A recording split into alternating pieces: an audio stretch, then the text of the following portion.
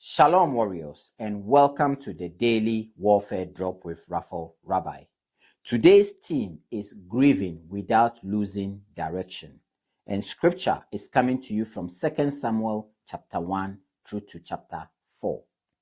Warriors, today's reading brings us into a heavy but necessary battlefield: grief, transition, and leadership under loss.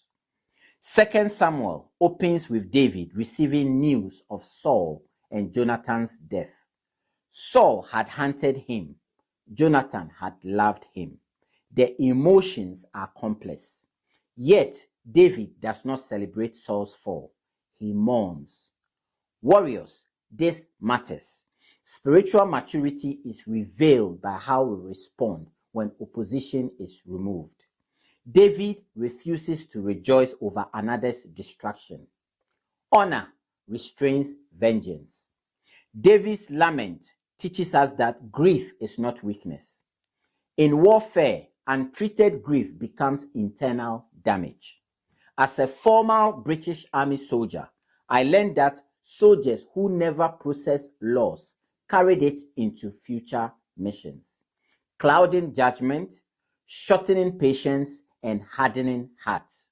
Spiritually, grief acknowledged before God preserves clarity. As David steps into kingship, instability surrounds him. Rival leaders rise. Confusion spreads. Violence erupts among those seeking power without calling. Warriors, this mirrors what we see in the world today: rapid leadership shift, global uncertainty, conflict breaking out as people grasp for control. Scripture reminds us that when authority is seized instead of entrusted, chaos follows. David does not rush consolidation through bloodshed. He waits. He inquires of the Lord. He allows God to establish what humans try to force. Warriors, waiting is warfare. In a generation that demands instant outcomes, restraint is spiritual strength. As a husband and father, this speaks deeply.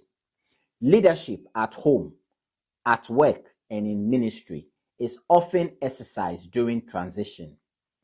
After loss, change, disappointment.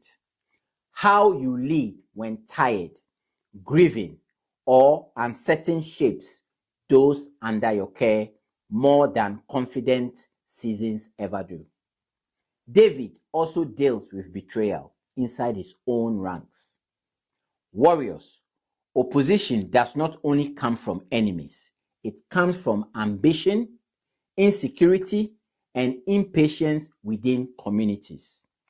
David responds with justice, not revenge. Authority grounded in righteousness survives turmoil. Here is today's warfare truth: grief processed with God preserves direction. Waiting under pressure prevents distraction. Authority that comes from God does not need to be rushed. If you are in a season of transition, after loss, after disappointment, after change, do not panic. Do not force what God is still establishing. Honor God in the waiting.